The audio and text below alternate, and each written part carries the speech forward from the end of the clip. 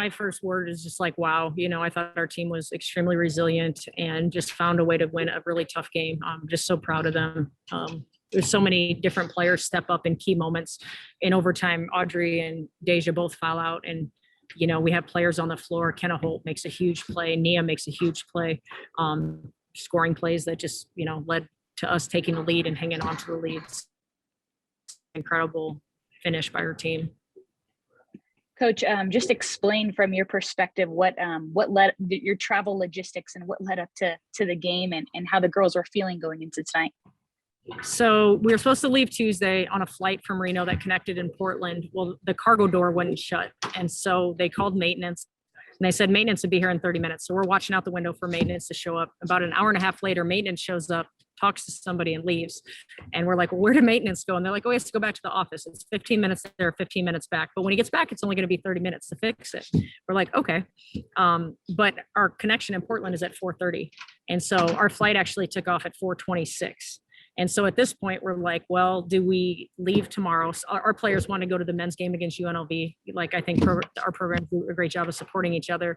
But we able to practice at Boise, and there was an event going on last night, so we didn't think we could get on the main floor. So as a coaching staff, we actually voted. We're like, what should we do? And we decided to come that night. Well, there was only supposed to be a little bit of snow on the way. Well, it ended up there was a lot of snow on the way. So we left Reno about 5:30. And we got into our hotel about 4:15 in the morning. So it was a rough ride, I guess. But bless the hearts of our players. They can sleep anywhere. We have people on the floor, across couches. They were able to all get a pillow for the trip, which was nice.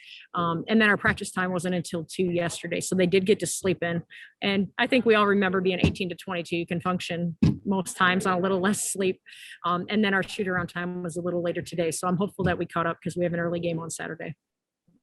A big win with only 2 more conference games left. As a coaching staff or as a team, do you look at seeding for the Mountain West tournament and think, I want to win this many games because we want to be in this spot, or how are your minds working right about now?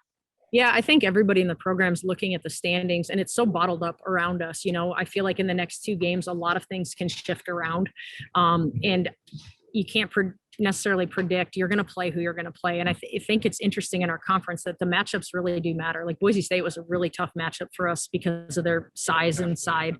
And I think coaches all would rather play someone else, but you just get who you get. For us, we're focused on just controlling our own destiny. If we win the games in front of us, we will finish third.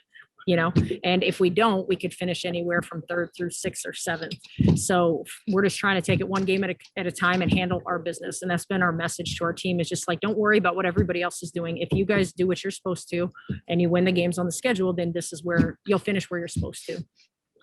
Second half, Nevada Broncos coming back from a 10-point deficit, outscoring Nevada 44-28 in the paint, out rebounding 38-29.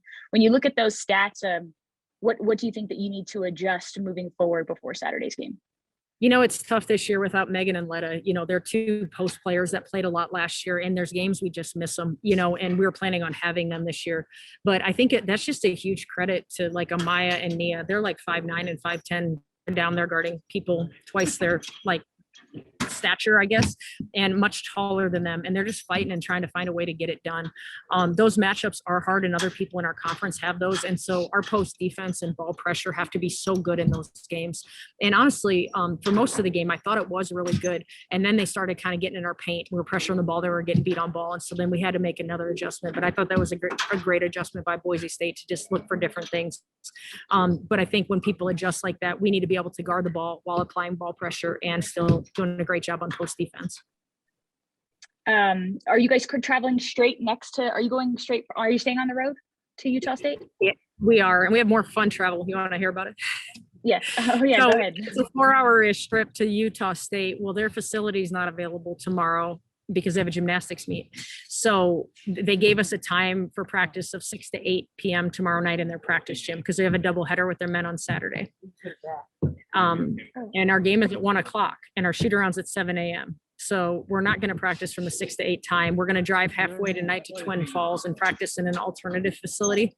And then we'll drive the remaining 2 hours tomorrow to get to Logan.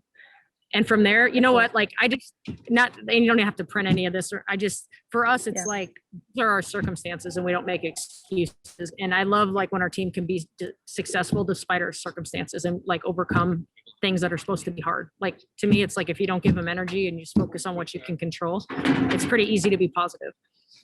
Yeah. Now, when you guys go to UNLV, will you stay there for the tournament, or will you come back to Reno and then go back? We're going to come back to Reno. There's a late flight that night, and I just think it'll be better for them to sleep in their beds for a couple days and then go back down on Saturday.